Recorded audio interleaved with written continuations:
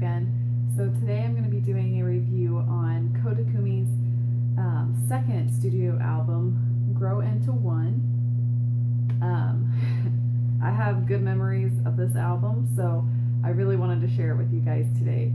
So I'm just going to go through again and go through each song, let you know what I think about it, my thoughts and opinions.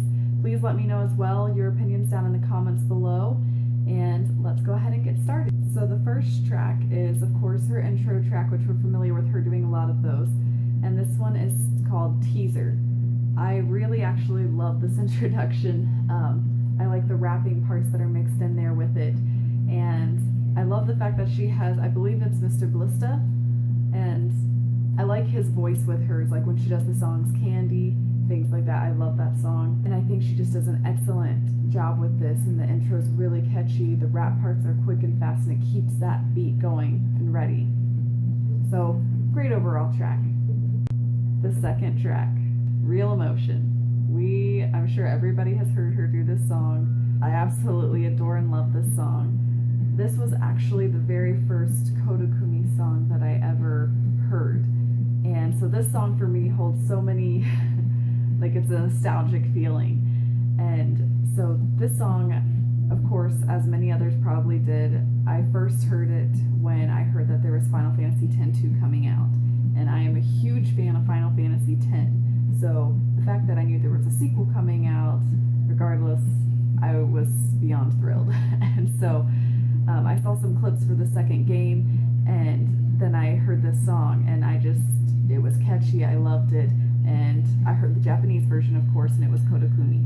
The song is upbeat, it's got great dance moves in it, especially if you've seen the opening for Final Fantasy X-2, then you know what I'm talking about. I loved the music video with this because I thought it was really awesome and really neat just to see her actually doing the dance moves, and then you see Yuna doing them along with it while she's doing that music video filming. And it's just, I think that's awesome. And I absolutely adore that game as well. I'm a huge Final Fantasy nerd, so love that. And then I heard the first Koda Kumi CD that I ever actually owned was her Come With Me single. And it included, and the reason I got it back then was because it had the English versions that she sang of Real Emotion and 1000 Words. And I was just in love with that song, and I was like, oh, well, she's going to be doing the opening for the English version. And of course, we know her English wasn't the best, and they ended up going with Jade from Sweetbox for Final Fantasy X-2. But regardless, I still love this song, has great memories for me, and it was my first entryway into learning who Koda Kumi was. So, great nostalgic moment for me. Next track is Boyfriend. This song is more on the slow melody of things. I think it's got an interesting musical arrangement in it, and it's catchy. It reminds me, this whole album did come out in 2003, so it was a pretty good definition of what music was kind of like back then. We were getting out of the 90s and still got that kind of 90s feel, but just the early 2000s. It's not the best song I've ever heard from her, but it's still a good song, and I think it was worthy to be on this track. It doesn't sound like a filler to me at all. The next track, You're Only One. The song's pretty slow. It kind of took me a while to really want to listen to it. I like hearing her higher pitched voice there. I think she has a beautiful voice, especially when she gets more into that head voice. And it's a good song. It's slow, not my favorite. It's an okay kind of ballad, just not the best. I don't really have much to say about it, to be honest. So let's move on to the next one. This was actually a song that came out on her M.A.Z.E single that she released, and it features Lisa. It's a good song. I think it's catchy, it's really fast. Again, it's not the best song, but it is a good hip-hop kind of sounding song. Gets you want to get up and move. So I do like the arrangement. I'm not a huge fan of Lisa herself. I think she's alright. She's not the best. I know on the Winter of Love, the fan club edition, it does have that premium night with her performing with all the collaboration artists, and Lisa does perform with her, and I thought that was a really excellent performance. I liked the song more when I saw it live, but it's a a good song. Sixth track is One Night Romance. I actually really like this song. It's a slower song, but it picks up right here. I like it. It keeps the beat fresh. It's something that I've never heard before, but it's just a nice, good, soft, a soft, fast-moving song, if that makes sense. And I thought she did an excellent job with it. The vocals are really good in here. The lyrics are good. I can't really find a downside to this song. Again, not the best that I've heard, but this is the old Koo sound. I do appreciate it for what it is, and I do like some of her older albums. 1,000 Words. This was the other theme song that was featured in Final Fantasy X-2 or X2, whatever you want to call it. People call it different things. I think this song is beautiful. When I had heard it the first time and when I got my CD, I remember I used to sing this song in my room all the time. I absolutely loved this song, and I mean, I won't lie, I still go back and play Final Fantasy X and X-2, and I sing along with these songs. It's a beautiful song, beautiful soft arrangement. I love the power in her vocals, especially towards the end when she's bringing in that chorus, the la la la lines. I think those are amazing, and her voice is perfectly suited to this type of a ballad song. Of course, we know that she's great with ballads, but this one was just beautiful to me, and I never tire of this song, just because for me it's also nostalgic reasons, so it might be a little biased. The next track is SOS, Sound of Silence.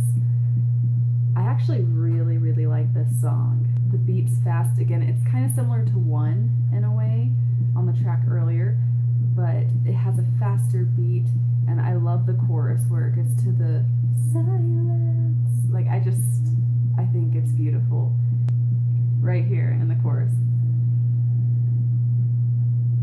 I just love the way that she has that silence flow into the rest of the chorus, and then it really picks up here right after she finishes off these verses.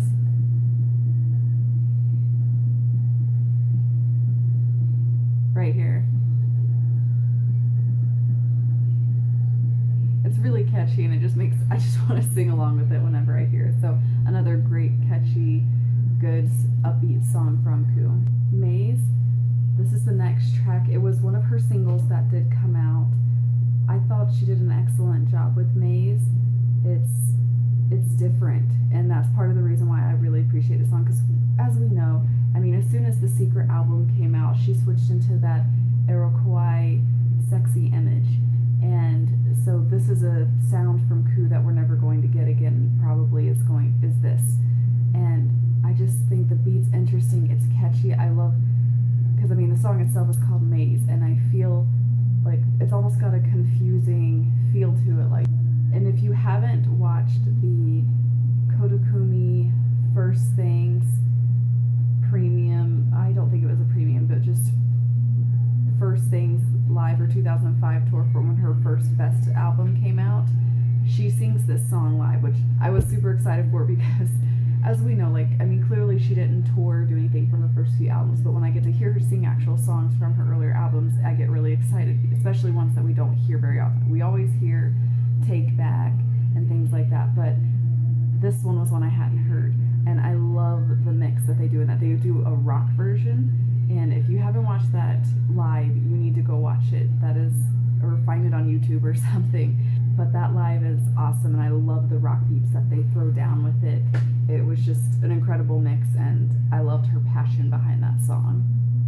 10 is Rahanash, I think is how you say it, Rahanasha or something like that. It's a good song. It's not my favorite, but you hear these weird musical instruments, that little beep thing. I don't really know what it is, but it adds some element to this song that I've never heard in another song, and so I feel like it added depth to it. And I love when she starts getting a little bit faster with the beats, and she starts talking or singing a little bit faster, and it just, again, she does a great job in the arrangement here. Her vocals are really good, and just the unique sounds in it, I think, makes this song part of what keeps it in my mind, because I never skip past this song when I listen to this album. Right here. Again, her chorus choruses, I swear, her choruses always end up being called in my head all the time.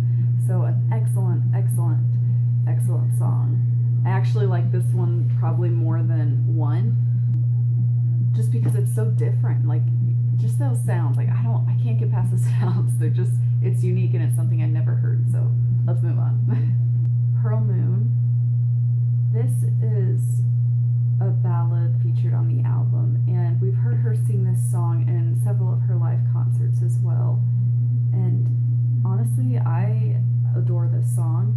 Yes, it's not the most powerful and crazy ballad you've ever heard, but she does such an incredible job. I love how it starts off so soft here at the beginning, and it really captures your attention because it's almost like she's just whispering, kind of talking or singing to herself and bringing you into the moment of where it picks up in the chorus.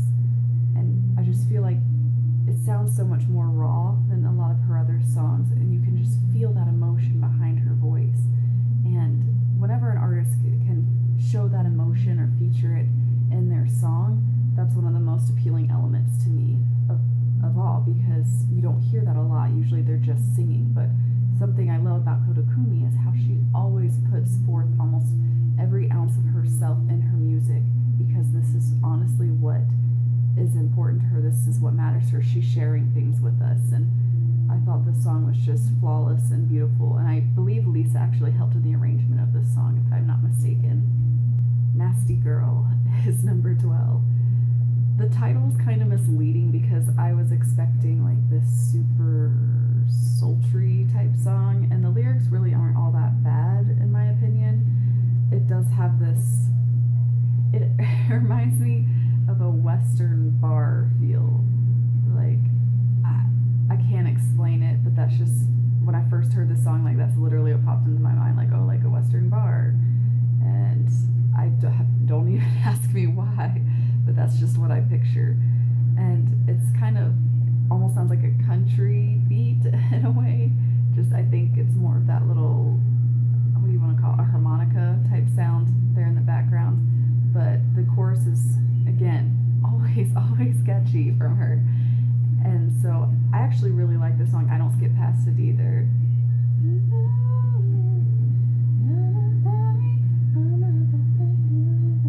See, like I love that song. Great vocals again. To Be One. I love this song.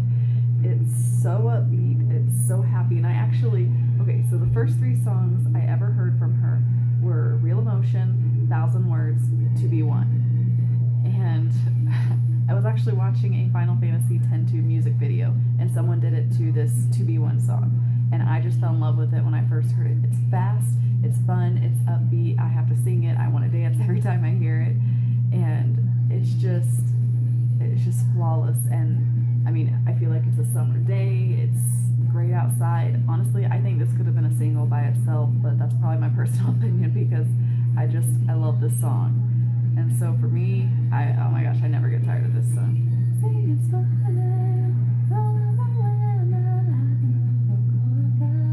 So great song. Highly would recommend this one for all of you guys if you haven't ever listened to this album. Love Across the Ocean was another single she released for this album.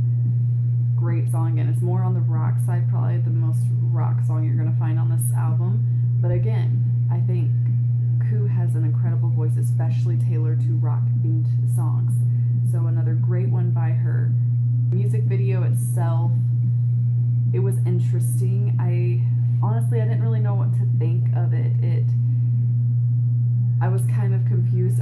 I assume in my mind that like it's love across the ocean, right? So like one of them is in another location, so they're trying to communicate across the ocean. There's a giant telescope, and she's got like this, I think the feather thing around her eye was really cool. I didn't really care for the cobweb thing when it started, but love the chorus of this song. Great song. I was so excited again when I heard this one in concert. She did such a great job. Also, before I forget, I want to go back and talk about the music video for M.A.Z.E. That one was interesting. I didn't really care for the creepy guy and girl and then showing them as kids and then they're like making out. That was just, I don't know. They're both kind of weird looking. That might sound really mean, but they were just, I don't know, that just kind of bugged me. I mean, she looked beautiful in all the parts, but it was just kind of it was an okay music video, not my favorite out of all the ones I've seen.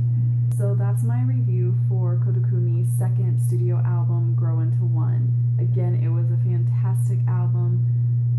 Honestly, for a second album from a new artist, I think she did an incredible job. The music was top notch, great mixes.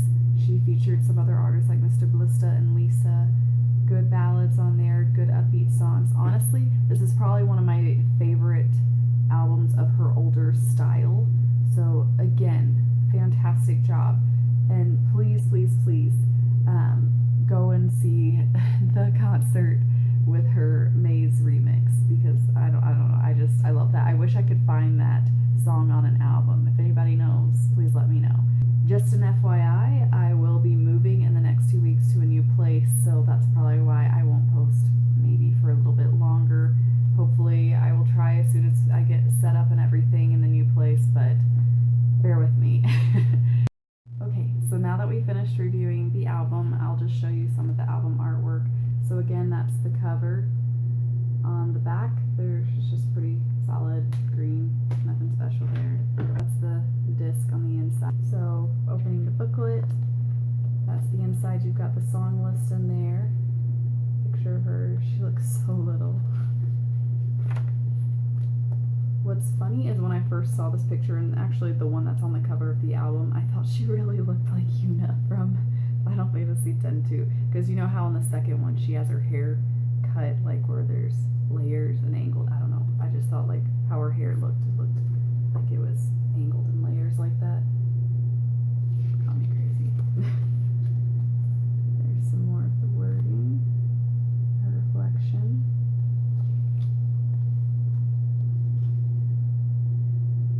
Another beautiful shot.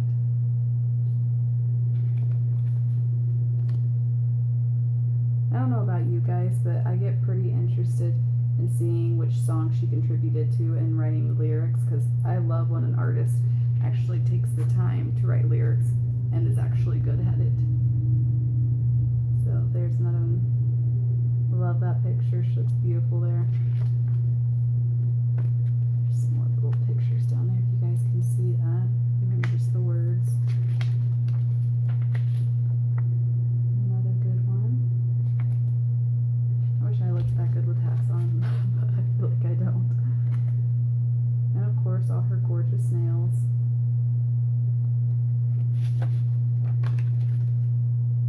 And then there we go.